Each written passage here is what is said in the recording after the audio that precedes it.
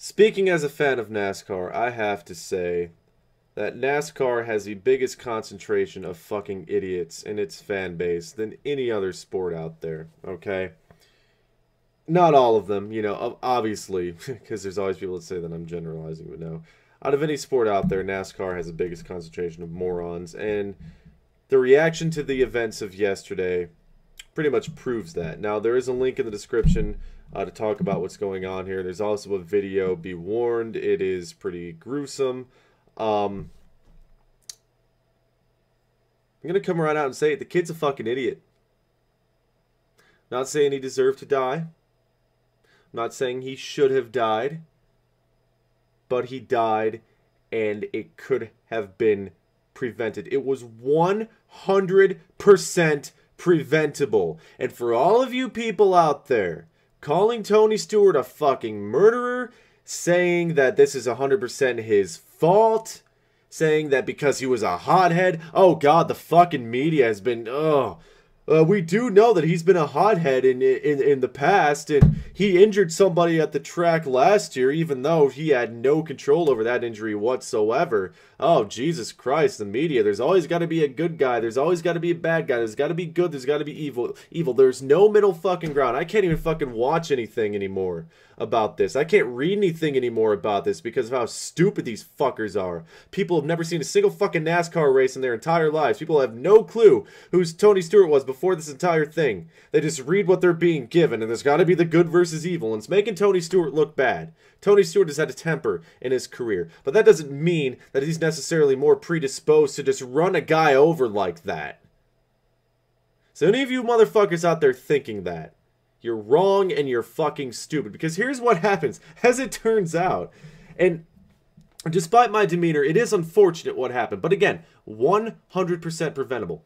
When you're on a dimly lit racetrack, a dimly lit dirt racetrack, and a black helmet and a black jumpsuit, and you're standing in the line of traffic, and a car swerves around you, and you stay in that same spot, what the fuck do you think is going to happen? What do you think's going to happen, cousin? You think they're all going to be able to swerve around you? No, because as it turns out, the people behind him can't fucking see. If you watch the video, you see the guy get sucked around his left rear tire. So when he accelerated, his car fishtailed, and then that happened. That's it. It could have been prevented. And there are these people out there saying, oh, murderer, murderer, but fuck you. Get that shit out of here. I mean, all of that aside, all the reasons I've listed that this thing has been is 100% preventable, all that shit aside, why would Tony Stewart, a guy that all of these achievements, who does these races as a tune-up, who is championships in Indy, championships in these sprint car races, championships in the Sprint Cup, championships everywhere, one of the most decorated race car drivers in history. What makes you think that all of a sudden, no matter what the beef is, he's just going to go, oh, well, in front of all these people, in front of all these cameras, I'm going to try to find a way to make it look like I'm accidentally killing this kid by strategically getting him sucked under my right rear tire. Come on!